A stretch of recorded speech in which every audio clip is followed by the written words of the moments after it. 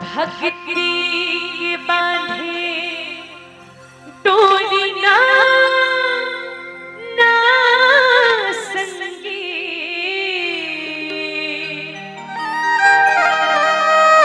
मन मा जगल ज्योति ना दिल मा जगल ज्योति ना।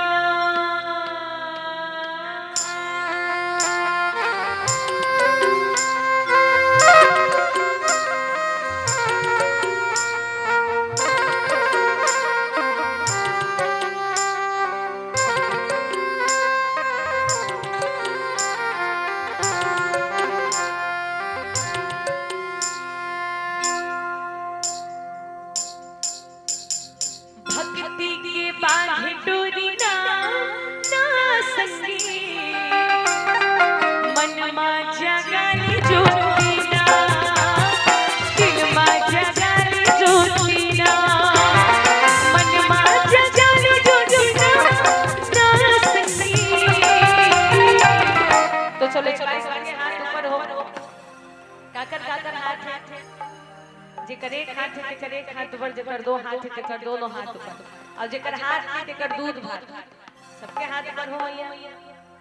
जवन हाथ के ऊपर करत तेल कोहनी वैसे कोहन के कहा अरे आज तक तो बजाना है बजाना ऐसे किसे। और पीछे में हमारे आदरणीय दादाजी मन बैठे हैं मैया रानी मन दादा मन लेन बाबा हाथ ऊपर करना बाबा एक मिनट है हां ताली हाथ ऊपर करना बाबा। चलो अब एक तरफ उमर साउंड वाले भैया सबसे ने वदन सबके हाथ ऊपर हो और सबला मीठी मीठी ताली के साथ सा गाना है मन मा जगल ज्योति ना दिल मा जगल ज्योति ना मन मा जगल ज्योति ना ना संगी दिल मा जगल ज्योति ना हो मन मा जगल ज्योति ना।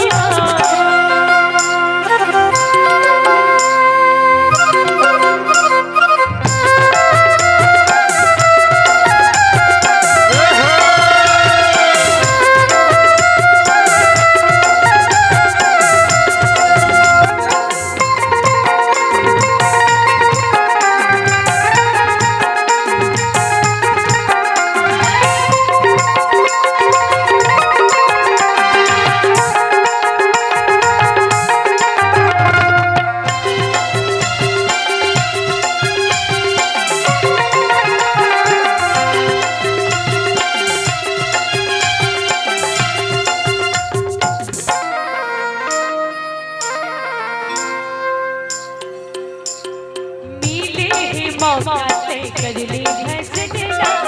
संगीत कर लेना काया की जटना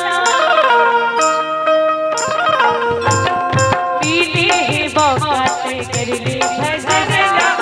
संगीत कर लेना काया की जटना मन मा जगल ज्योति ना भैया दिल मा जगल ज्योति ना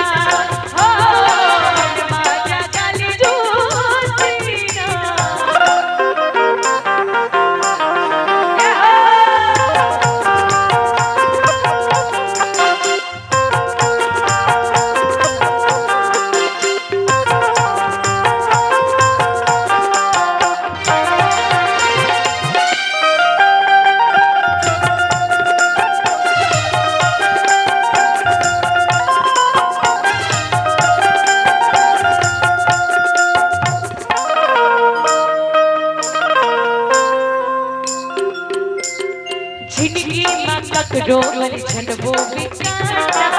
जीवन मले ले सुख दुख मा बाटा जिंदगी मा ककरो मन छनबो बिचारा जीवन मले ले सुख दुख मा बाटा मन मा जगल ज्योति ना संगी। औ कैसे साली कम होगी जी कैसे ताली कम होगी भैया सबके हाथ ऊपर हो और सबला मधुर मधुर ताली के साथ गाना है का सबके हाथ ऊपर हो और गाना का होली होली होली होली होरे होरे होरे होरे हो